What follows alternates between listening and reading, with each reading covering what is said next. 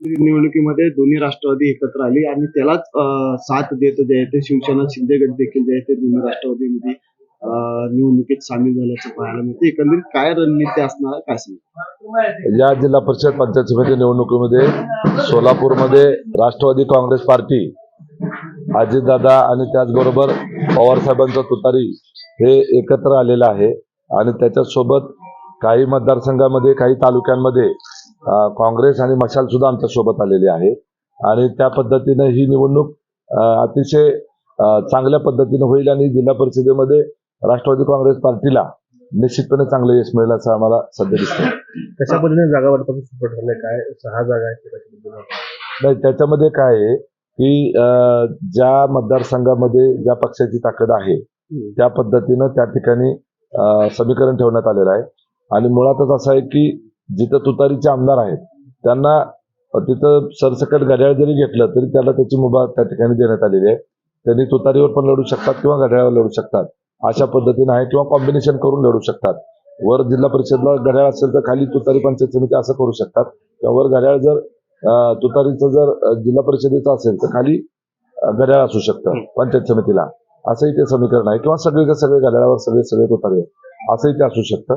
त्याच्यामध्ये एका दुसऱ्या तालुक्यामध्ये स्थानिक परिस्थितीनुसार काही अडचणी निर्माण होऊ शकतात, त्याच्यामध्ये त्याप्रमाणे स्थानिक नेत्यांना निर्णय घ्यायचा अधिकार दिले.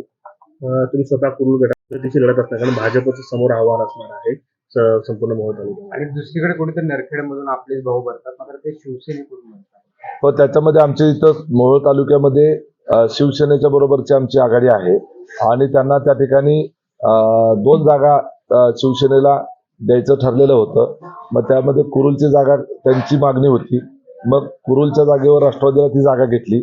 त्यामुळे मला स्वतःची जागा त्यांना देण्याचा त्या ठिकाणी निर्णय घ्यावा लागला आणि म्हणून त्या ठिकाणी शिवसेनेची उमेदवारी नरखेडमधून आहे. अर्थात तो माझा भाऊच त्या ठिकाणी उभारतोय आणि खाली पंचायत समितीचे दोन्ही त्या राष्ट्रवादीच्या चिन्हावर घड्याळावर त्या ठिकाणी आम्ही लढतोय आणि ही लढत जी आहे ही लढत कोणी कुठल्या पक्षावर लढत असलं तरी या तालुक्यामधली लढत अनगरकर पाटील विरुद्ध संपूर्ण मोहोळ तालुक्यातील सर्वसामान्य जनता अशीच ती लढत असणार आहे. आमदार राजाभाऊ खरे आमच्या सोबत आहेत. आज या ठिकाणी जिल्हाध्यक्ष चंद्रराज चौरे असतील किंवा आमचे प्रांतिकचे शिवसेनेचे अध्यक्ष ओबीसीचे रमेश बारसकर असतील, अनेक महत्वपूर्ण नेते त्या ठिकाणी आमच्या सोबत आहेत आणि ज्या पद्धतीनं विधानसभेच्या निवडणुकीला या तालुक्यामध्ये सर्व वेगवेगळे आंगरकरांच्या विरोधात पक्ष एकत्र आले त्या पद्धतीनं या ठिकाणी तसं चित्र पाहायला मिळेल. काही वेळेला काही जण तुम्हाला वेगळ्या चिन्हावर उभारलेले दिसतील, ते वेगळ्या चिन्हावर उभारलेले स्पॉन्सर्ड बाय अनगरच असतात. त्या लोकांच्या लक्षात आलेलं आहे विरोधी मतामध्ये विभागणी करण्याच्या करता तसे उभे केले जातात कारण त्यांच्याकडे भरपूर पैसे आहेत आणि भरपूर त्यांची दहशत आहे.